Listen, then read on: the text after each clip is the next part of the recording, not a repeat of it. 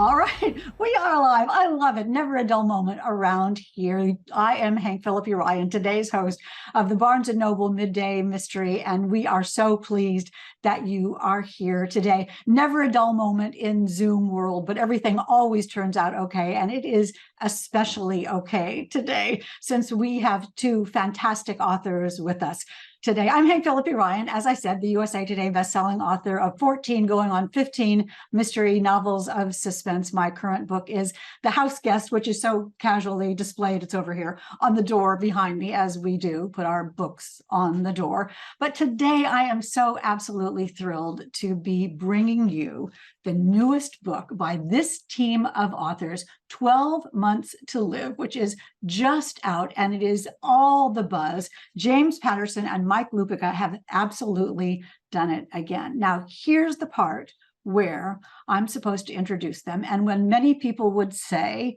oh, these people need no introduction, but I think they do, because they're amazing, and they have hit it out of the ballpark their whole lives. And you should know who they are. So quickly, very quickly, let me tell you that James Patterson is the world's best-selling author. Among his creations are Alex Cross, The Women's Murder Club, Michael Bennett, and Maximum Ride. His #1 best-selling nonfiction includes Walk in My Combat Boots, Filthy Rich, and his autobiography, James Patterson by James Patterson. He has collaborated on novels with Bill Clinton and Dolly Parton and has won an Edgar, 9 Emmy Awards, and the National Humanities Medal. James Patterson, welcome today. So glad thank you. Hank, how many Emmys have you won? I've won 37, but okay. But I'm older than you. I'm older than you, and that's why. You know, I don't think when so. the time comes, you'll. What's the other guy's name? The other author? The other guy over here is Mike Lupica. Hi, Mike, and welcome. Has been inducted into the National Sports Media Hall of Fame. He is an award-winning columnist for the New York Daily News and has written 17 New York Times bestsellers. Welcome, Mike. It is so great to see you all today. Let me ask you first the question that people always ask, duets like this. How did you guys meet, and how did this book happen? We met in a bar. Tell them about it, Mike. We're not particularly proud of this, but we did meet in a bar, and we're, most good partnerships and many bad partnerships are formed, and the details of the evening are a little sketchy now because it went on for some time. But my friend Jimmy Breslin once said the test of a good idea is whether or not it can last through a hangover. And we had sort of talked about writing a book together. We started out talking about writing a children's book together, and then we came up with the idea for The Horsewoman. And now here we are. This is our third. We finished our fourth, and we're working on our fifth. Was it a chance meeting, or did you set it up, or how did that happen? It was a blind date. Set up. It was set up. He'd been desperate to meet me for a long time, and I finally. Yeah, I needed some help. I was sort of running out of ideas, so that will never happen. That the applause is that people are laughing and laughing already. So tell us a little bit about this book. It is fast-paced. It is nonstop. It is unputdownable, as they say. Talk a little bit about where the idea came from. 12 Months to Live. The title. I think one little piece of it is that we don't usually do this, but we spent a couple, 2-3 weeks just thinking about the main character, Jane Smith. And the original title, which we loved, was Jane Effing Smith. That was going to be the title. And the publisher, they were a little shaky about that. So it's 12 Months to Live. And what Jane finds out very early in the book is that she has 12 months to live. It's not a sad book. It's pretty happy, as Hank, as you can tell everybody. And it's going to be followed, but people think this is a joke, but it isn't. Next year, 8 months to live, and the year after that, 4 months to live. This is such a brilliant idea. But Jane Smith is a criminal defense attorney. She's brilliant. She's never lost a case. She has a good moral sense. And she's faced with a problem, two big problems. One, she's trying to defend a guy for murder who is just really a horrible person, but she needs to defend him. And second, she gets this cancer diagnosis. And as you said, it is not sad. It's amazingly fun. But talk a little bit about that ticking clock element of the book, both in the trial. The two ticking clocks, right? Yeah. It's really three because her own client may be trying to kill her. That's kind of a problem for her too. I hate when that happens. So There is about one that part, scene. it isn't in this book, but it's just a little tease from the next book. So you can know, right? So spoiler alert, Rob is getting to the second book. But in the second book, and there's another trial because Rob's really a bad boy. And she quits on him. And then she walks away, and then she walks right back and she says, no, I can't quit because I want, and she's his defense lawyer because I want to be in the courtroom when you go down. I mean, for people who haven't read the book, and if you haven't read it, please, please, please do not miss 12 Months to Live by James Patterson and Mike Lupica. Rob is the defendant in this case, and he is really an unpleasant bad guy. Which of you know so much about unpleasant rich people? Jim does. Jim. It's always Jim. The nice people it's are up in the air. Yeah. Out on Long Island, where this takes place, there are a few people running around that have that kind of chip on their shoulder that, the world revolves around us. Palm Beach, where I'm in the winter, there's a couple of folks running around who could fit in. Even up in Boston, believe it or not, there are a couple of people. Speaking of Boston, Mike's next book after this is the next Spencer novel. He wrote the next Spencer novel, so that's very cool. I mean, we loved Ace Atkins, but let me tell you something really interesting. Not so much. Let me tell you something really interesting about this. When I was reading this book, I thought, there's a rhythm, there's a music to the writing of this book. And I thought, it reminds me of someone. Who is that? And truly, I thought, oh, it's Robert B. Parker. It sounds like Robert B. Parker. It's sophisticated, it's fast-paced, the dialogue is amazing, it's intelligent, and it's a little sarcastic. Where did that come from in you? You should be. You might have picked up on our dialogue that we're a little sarcastic and whatever. Yeah, there's a little of that in us. It was in House of Wolves too. The one that preceded this, House of Wolves, is somewhat similar. We have similar sensibilities. Tragically, we do. Sensibilities probably isn't the right word, but go ahead. Yeah, we have similar attitudes and voices and. My hope when all of this started was you wouldn't know where Jim ended and I began, and you don't. We just have been off on a tour. We had an unbelievable time with great crowds every night. And Hank, this is the show. We do this show. Well, and Hank, a lot of people go, well, how can people write together? Almost every TV show that you watch, not all, but almost, it's a team. It's a writer's team on almost every television show. And we have our own. Mike and I have our own writers' room, which is the telephone, and we're back and forth on the phone 6, 7, 8 times a day. I mean, what that takes though, to write with someone and do it so successfully as you've done in 12 Months to Live, is respect and humor and the idea that what's good for the whole is good for each of you. Talk a little bit about how that developed. Jim Just a quick thought on that. Listening. Yeah, that's listening is the key thing. I did a book with a very good writer from Sweden. And, in America, you write a book, as you know, Hank, it's hard to get one interview. We had 46 interviews for this book. And the one thing they kept asking over and over and over again, the press over there, was, how could a Swede and an American ever get along? And we both said, that one, we did have respect for one another's writing, and secondly, we listened. And that's also the thing with Hollywood. I mean, which isn't the thing in Hollywood, because they do not listen. You probably know that already. I won't write a Hollywood novel, but if I did, my first line is, hello, I lied. Yeah. Jim, was that your Swedish accent, by the way? I just want to clarify that. That was my Scandinavian accent. Oh, okay. It covers Finland, Norway, and Sweden, and a little, and Iceland a little too, Mike.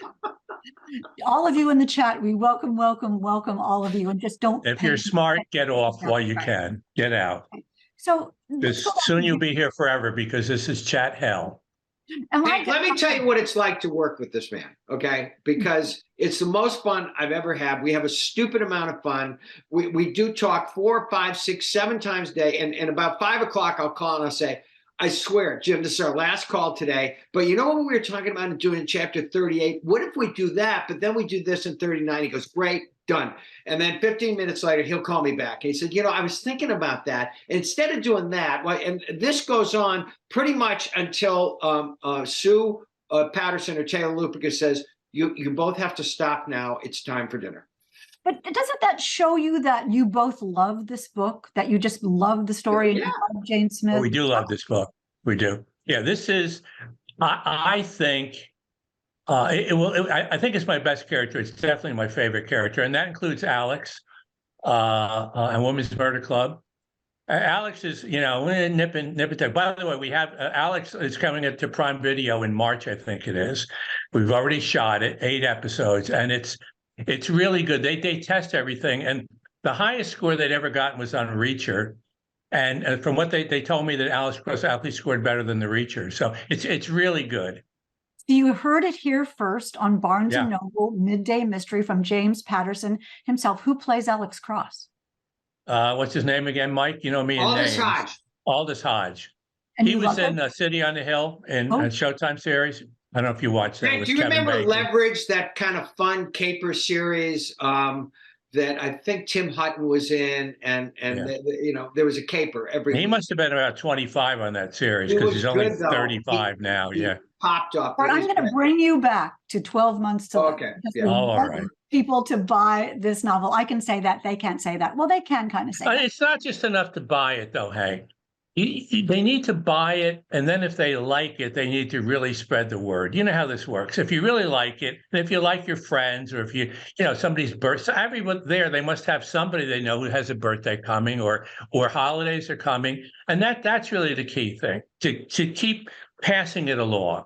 You know what makes this book so buzzy and so readable is that Jane, the main character Jane, is such a real, relatable, lovely person. It's a legal element. She's great. She's brilliant.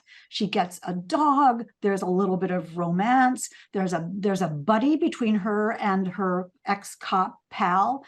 It has all these wonderful storytelling elements. So first, who knows so much about women between you two? How did you create such a, everybody's raising. Look at him raising his hand like a little kid in Catholic school. That's what he was too. Yeah. Talk about ahead, Mike. Creating Jane, because she's really a treasure. Well, first of all, each of us is married to a fabulous, smart, strong, funny woman. So Hank, if we don't write good characters like this, our lives at home become extremely difficult. Plus, the books wouldn't get published because it wouldn't get. Those are our first editors. So they read. So your wives read the book? Yeah. Oh yeah. Oh, yeah. And then my daughter. Oh, that's. What did all three of them say about Jane? How did they feel about her? Oh, they love Jane. I mean, first of all, when Jim Patterson says that this is his favorite character, that's more important than anything. She's my favorite character too. But after everybody he's written, that he loved, and we love this character, and you want to hang out with her for nearly 350 or 400 pages. And Hank, she's a former college hockey player at the finest college in this country, Boston College. Oh God! What? It's not? Nothing. That's a junior college up in Boston, right? No. Boston College? No. Don't say bad about Catholic schools. Don't do it. Don't do it. I went to a Catholic college. Yeah, I know. Am I going to have to stop this car? Now, listen. So about Jane. So stop the car. She's a brilliant lawyer with a moral code. I mean, she's ethical, but she's also driven to win. She really loves to win. And she comes up against a district attorney who has never lost. So talk a little bit about that dynamic and the really amazing courtroom scenes that you have written. I'm married to a criminal defense attorney, full disclosure, and they're perfect. They're absolutely perfect. Wow, thank you. Well, I'll tell you one thing. Jane does take some liberties in court, which makes it more interesting because the judge is constantly telling her to stop talking. Which makes the courtroom stuff, definitely makes it fun. I don't know. It's kind of accurate. And we did go through a couple of trial lawyers in terms of trying to sort of keep it in the ballpark of being realistic. Jane is edgy. There's no question about that. And she pushes the limits. There's no question about that. But that's what makes it fun. And her client, to have a client who, are you really trying to get a person who may be guilty, or at least who you don't really like? Are you actually trying to get them acquitted? That's such a cool question. It is. You know, the other character, just to go back to one, Jimmy Conniff, her buddy, that's a really, really, I think, interesting relationship because Jimmy loves her. Jimmy loves her, and and she loves Jimmy, and they're never going to be together. And that kind of male-female friendship, I think, is the best. Well, maybe not the best. My wife would disagree, but it's a really cool relationship. Well, they both are very authentic people. We're talking about Jane Smith and Jimmy Conniff, who are the ex-cop and the lawyer in the fabulous 12 Months to Live. Their relationship is so touching. They're bristly and they have wonderful banter, sort of Tracy and Hepburn-esque, I can see. That's a very wonderful compliment.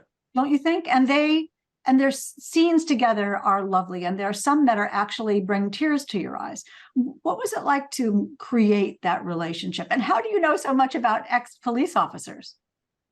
Well, I've written about so many of them now; it's ridiculous. And I also wrote a nonfiction book, Walk the Blue Line, and for that was a couple hundred interviews with cops, and I really, got a much better feeling for what it's like to be a police person, how difficult it is.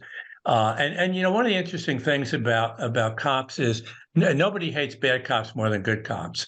And people don't think about that. And somehow the scales need to be balanced a bit. Yes, there's some terrible things that have happened. And on the other hand, there are a lot of cops that have been murdered in any given year. So it's somehow that scale, people need to balance it a little bit more than they're balancing it. That does not excuse the bad actions, but it's very difficult being a cop in this day and age. Hank, in addition to writing a sports column for the Daily News, for about 10 years, I wrote a political column too. So I was in the front of the paper, actually more than I was in the back of the paper. And the great thing about it was because I'd been in sports, when I would show up at a scene or in the middle of something, the cops feel like we'd been having a conversation for 10 or 15 or 20 years because they had all been reading my sports column. Ray Kelly, former commissioner in New York City, is a dear friend of mine. So I agree with Jim. Nobody likes bad cops, but I have great respect for policemen and the cops in the NYPD. They knew that I was an advocate when they needed an advocate. And so Jimmy Conniff is all of those guys. Jimmy is New York. He's the NYPD. But Jim's right. We have like multiple love stories in this book. Jimmy and Jane, this friendship, that's a love story. Jane and Rip the dog, who by the way, just full disclosure, I'll tell you why that dog made it to the end of the book, because of me. Because with Patterson, nobody is safe. So there were a couple of times when the dog was in peril and my editor, Taylor Lupica, said, you call Jim right now and tell him that you guys better not let anything happen to Rip the dog. Unfortunately, well, there's still 2 more books coming, Mike. And by the way, it's not Rip. It's not Rip. It's R.I.P. That's the name of the dog. People can read however they want. Do you know there's a website that you can go to that's doesthedogdie.com? When you're reading a book, you can go to really? What? No. Come on. That's a Did you go there? I believe it. I believe it. Well, look at John Wick. I mean, look what happened. Look what he get from letting the dog die. The whole sport. There were 4 of them now, right? Just because the dog died. I want to know in the comments from all of you in the comments, from Mary Jo and Sharon Bishop and William Sanchez and Beverly Haas and George is here and Kelly and Jean is here and Donna and Pamela. So many people are here. Thank you. Talking about Mike Lupica and James Patterson's 12 Months to Live. You don't want the dog to die, right? You can vote right here on Barnes and Noble on this. Oh, it's kind of even so far. Interesting. Oh, it's not even, Jim. The dog's going to be fine. Okay, the dog's going to be fine. I love dogs. And let's talk about the book again. Let's talk about sisters.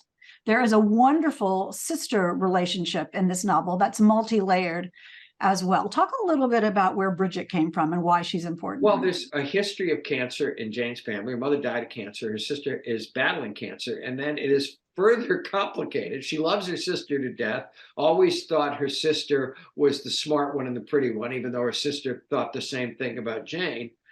But it's complicated. Well, can I tell about Bridget and the client, Jim? Is that okay? Yeah, I think we can leak that out. Spoiler There may have alert. been, Everybody connects in this novel. That's what we'll just say. Everybody connects in ways that They The you is- sister will- and the client went to Duke together. Let's kind of leave it at that. Yeah. By the way, I mean, speaking of Jane and cancer and whatever, I did in real life, tragically, the first love of my life, who had a brain tumor and died she died when she was 38 and I was 35 at the time. So I sort of been through this myself. Yeah. And it's very authentic feeling too about Jane's own feeling about it. How she, changes her attitude and focuses on what she needs to do, and how in the back of her mind she feels this little tickle of that she's tired or that she's not hungry, and how long we have left. And there is a real undercurrent, emotional undercurrent in this novel, romantically and emotionally, about sort of seizing the day and doing the best you can with the time that you have. Talk a little bit. Look, I mean, that's all of our situations. I mean, and do not go gentle and seize the day. I mean, that's one of the things with Mike and I think we're both that way. People say, well, why do you keep writing? And part of it is I always hope that the next book will be the best one that I've done. And in this case, if it's not the best, it's right up there in the best couple. Definitely. And Hank, it's much less complicated for me. I have no other skills, so I have nothing to fall back on. I mean, I never counted television. Okay, if I could be on a regular show, anybody could. Okay, but we are the same. We write every day. We love doing this. We think we're done, and both of us are back up in the late afternoon because one more thing has occurred to us. Because the fun of doing these books with Jim is we kind of become our own readers. We feel sometimes like we're turning the pages to find out what's going to happen next, even though we're working off a pretty detailed outline. But I mean, isn't that wonderful though, the moments that you realize that you forget you wrote it, that you're just reading it, that it's such a good story. Oh, at the end of our last book, I called up Jim one day at the end of House of Wolves, and I said, okay, so Jenny just did this. And so do you think we should send her back to San Francisco and Jim said, Mike, the book's finished. I said, but we were going to do two more. He said, Mike, there's only two more things that we need to write. The end. And that was the end of House of Wolves. But do you think I think what I wonder about that, and I think it's so interesting to hear that, what I wonder about that is that the characters, and Jane and Jimmy in particular, and Ben in this book, and Ron, is that they are real, living, breathing people who had lives before, and some of whom will have lives after. And maybe that gives me an idea, though. That's a great idea. What do you think, Mike? 36 Months to Live. It's a prequel. We go back. Wow. Yes, we go back in time. Great. Thank you. But they're Hank. so real to us, Hank.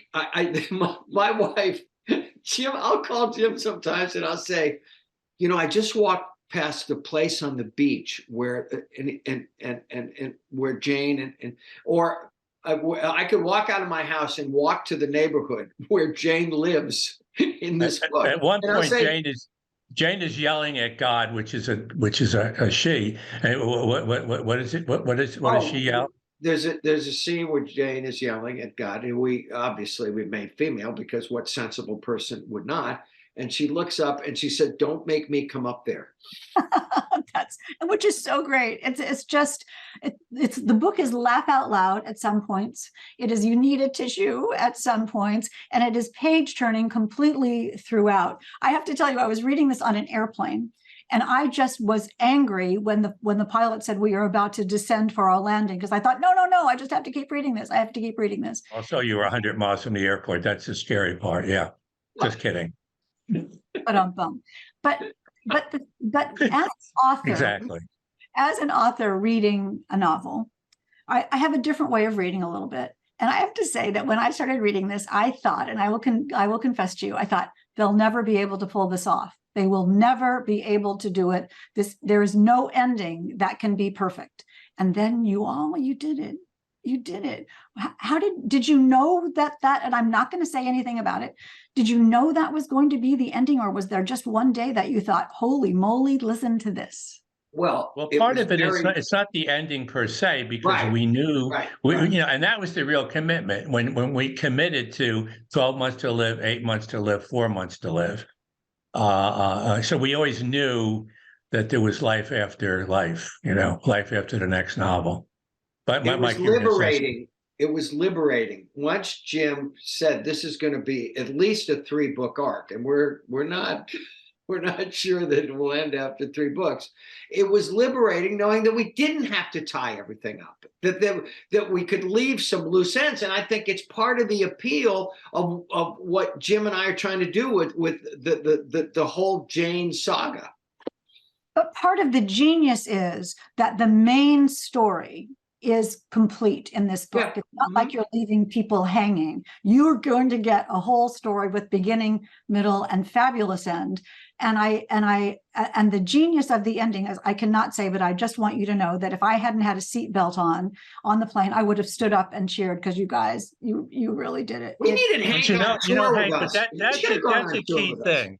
But that's a key thing that you would know, and I've read things like that before. And as someone who writes, and you go, I don't think they're going to be able to pull this off. I don't think they're going to be able to pull this off. I am, as you know, I have a mixed feelings about Stephen King, but his new one, Holly, when you think about it, 2 elderly professors are cannibals. I don't know that I can't say that I loved it, but he did pull it off. And that's the cannibal thing leaves me a little cold, but that's just me. Leave Stephen King to the cannibals, and you can have Jane and Jimmy. And we also have so many questions from the audience. Are you ready for your audience questions? I have a million. Sure. The audience has some fabulous ones, and some of them are kind of similar. So let me say, Ryan, let's talk about characters. So put that in your head, characters. Ryan Daly wants to know, what was the inspiration specifically for Jane Smith? And Bruce Parnell asks, when do you come up with the characters? When? So at the beginning or as the book goes? And Rachel Donovan asks, and we know the answer to this, who is your favorite character? Or maybe we do. Who is your favorite character that you have created in this book? So yeah, well, I'll start with the last one, Mike. You can pick. Okay. Well, actually, it has to be Jane. But Jimmy is really a neat character, and he just kept getting better and better, and their relationship getting better and better. But Jane, Mike, this was one of those 6-part questions, so you can handle the next 5 parts. I know. Well, it came from several people. It's good. Well, no, I mean, character. We talked a little bit about writing about Jane for 2 or 3 weeks before we started the book.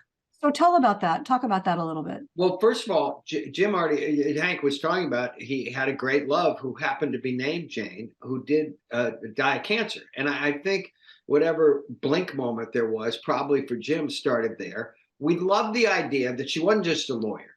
She had been a cop herself. She had been a private detective herself. We loved this notion that Jimmy Cunniff, who would never think of himself as a wingman, is like the greatest wingman of all time.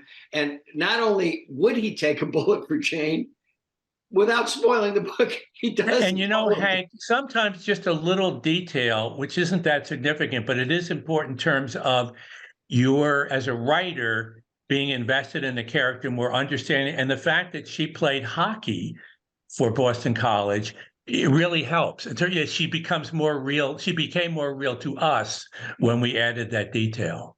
And she's tough and risk-taking, but skilled. It's really hard to play hockey. And she's also determined and ambitious and likes to win. Yeah. I mean, the line about Jane from her former teammates is, when she goes into the corner, she is going to come out with the puck. And it really informs everything she does in her life and in her career. And also, very touchingly about her. My phone's ringing. It's probably Dolly Parton, but Dolly, not right now. Thank you. Sorry. Not right now. Forget about it. It might be. Yeah. Bill, sorry. No. Yeah. You see why I agreed to do this? I have no idea why I agreed to do this. People are laughing and putting up little laugh marks. Also, they're not laughing at you, Hank. They're laughing. Wait, Viola, I told you not to call me during this hour. I'll get back to you. Yeah, like that. Yeah. I just tell Oprah, just wait till it's over. That's the thing. She's also been married twice and has 2 failed marriages. And so clearly in my backstory for Jane, she's put her career before her romance. Oh yeah. And her second marriage with a restaurateur breaks up because he hates that she's more successful than he is. Stop me if you've heard that one before. Again, such a relatable and marvelous character. Yeah, I mean, and I keep going back to where does Jane come from? I mean, we have unbelievable role models in our own marriages, and Jim and I say the same thing about our wives. If they ever leave us, we're going with them. That's just the way it's going to be. I tell Jim all the time, not only can I not believe Taylor married me, I can't believe she actually ever even talked to me. So I can't believe that either. No, see, that's a place where you say that about you. Tell the folks that one story about we're on tour, and it's just in terms of the craziness of where ideas come from. We're down in Jersey. Oh my God. Okay. I can't leave him alone for a second. Okay. We're in Jersey for about the first 4 days of this tour. We never saw the sun. Okay. We never saw blue sky. It's raining sideways, but we got to get some exercise. So Sue Patterson happens to be with us. So we're going to take a walk along the ocean. We're down in Spring Lake, New Jersey. And 3 of us started out on this walk, Hank, and only 2 of us continued because one was too much of a weather weenie to continue. I don't want to point any fingers. It was Jim. And so when you and Sue got back, right? We press on, like Fitzgerald, boats against the current. Okay. He's on his way back to the hotel and he sees, now you pick up the story. He sees a man on a bicycle. The man on a bicycle. Our next character in our next novel occurs to him. Go ahead. Tell what you it was this old guy. I like old guys. And he's paddling on his bicycle in the wind, in the rain. And I sort of give him a little wave, and one word went through my head, which I'm not going to share. And when Mike and Sue got back, I had 5 pages written about our next novel based on seeing this guy go by in the wind and the rain. And the one word that came out of my mouth, it didn't come out of my mouth, it just went through my brain. And that's kind of how this craziness goes. Yeah. That's a writer brain, isn't it? Both of you have this, that one little domino can fall and you can see a whole story in that. What do you think about that? It is. Well, and the connections, and there were about 6 connections that immediately and it was a domino thing. Yeah. Yeah. All of a sudden. Well, we mentioned the thing about Jane and the hockey. That was a useful piece. Definitely so. Let me go into some more of the reader questions because we could talk forever about this. Cheryl Klein wants to know if you enjoy drawing up your protagonist or your bad guy, bad woman more. Do you like to write the good guys or the bad guys? Oh, bad guys are usually the bad guys, but in this case, I just have always found Jane so interesting that I actually enjoy writing and conceiving of her that more than the villain. And I like the villain. The villain is he's fun to write about. Well, he is really fun to read about as well. What do you think about that, Mike, about your villains? Oh no, Elmore Leonard always used to tell me he found his bad guys even more interesting than his good guys. He loved writing bad guys, and this guy is bad, but he's not without a sense of humor. And charm's not the word we would use for this guy, but he's not. He thinks he's charming, which makes it even worse. Yes, and then he thinks he's falling for Jane, which is that was a really fun scene for us to write because her attitude was like, "What? Wait, what? No, you're not. No, get away." We all know people like that who think they're so fabulous and who have gone through life getting anything that they want in any way that they need to get it, and that's okay.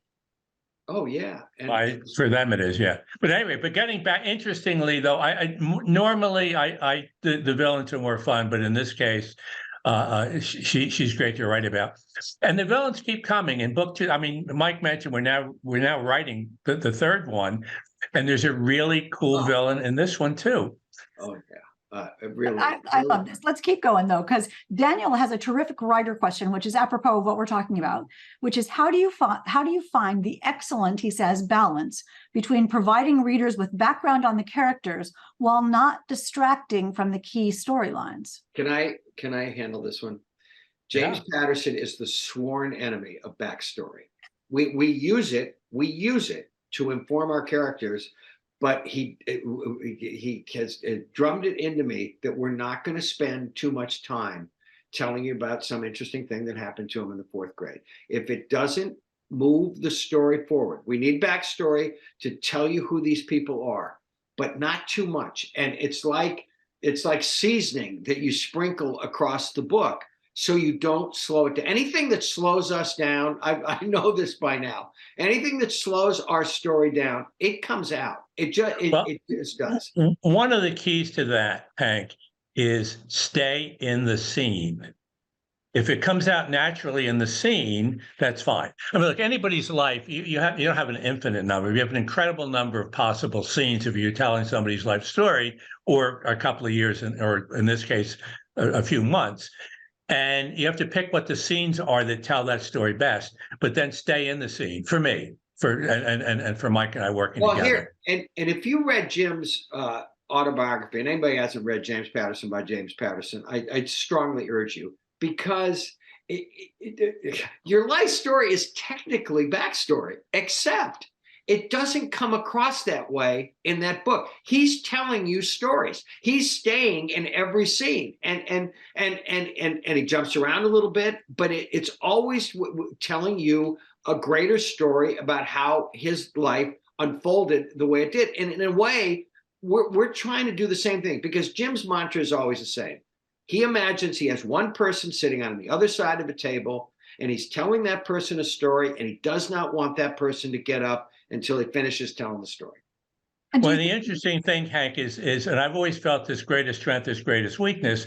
And my strength is keeping people turning the pages, but it's also my greatest weakness, because sometimes I don't go deep enough because I'm afraid of them getting up. But you have the skill of going deep and doing it quickly. Like if Jane, for instance, and that's not a spoiler, saves a dog. She brings a dog in after the dog has asked a couple. Reluctantly, but yeah, she does. Yeah. Yes, reluctantly, which is even more realistic, isn't it? Because you could easily have sort of facilely brought the dog and she says, okay, but they have a relationship, they develop a relationship and they grok each other. And then she brings in the dog, and that makes it real. And it lets us know who Jane is as well. And Jim loves animals, except, I don't mean to bring this up, the cat in the Alex Cross books has disappeared for about 4 books. Okay, seven books, but that doesn't mean anything. That just means that we haven't. And I think I'm going to write one that starts out with the first lines is, "Where have you been?" That dog is a stray, and she doesn't want to take him in, and the dog finally wears her down. And she thinks the dog's not going to make it. That's why it's Rip. That's why his name is Rest in Peace.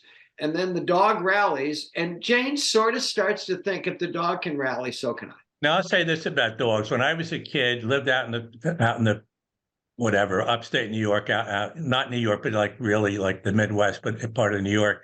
And at one point we had 12 Doberman Pinschers. No. So yes. So we've had dogs, a lot of dogs. What do you do with, this sounds like a punchline of a joke, but what do you do with 12 Doberman Pinschers? You feel very safe. That's so great. All right. Are you just going to tee him up like that from now until, really? It's fun. The tea? Yeah. It's so reliable. Here's a question that I really want to hear the answer to as well. Marsha Bullock wants to know, what do you do if you have writer's block? We don't. Mike, I will tell you one trick, which is useful, and which I do use. If I get to a chapter and it's not working for me, I go to the next chapter. I'll get it on the next draft. And if after 3 drafts I'm still not getting it, that chapter becomes 2 paragraphs in the next chapter.